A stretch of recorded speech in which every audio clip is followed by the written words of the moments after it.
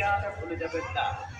জ্ঞান Bikash kindergarten and school, Jagannathpur, Dakshinpara,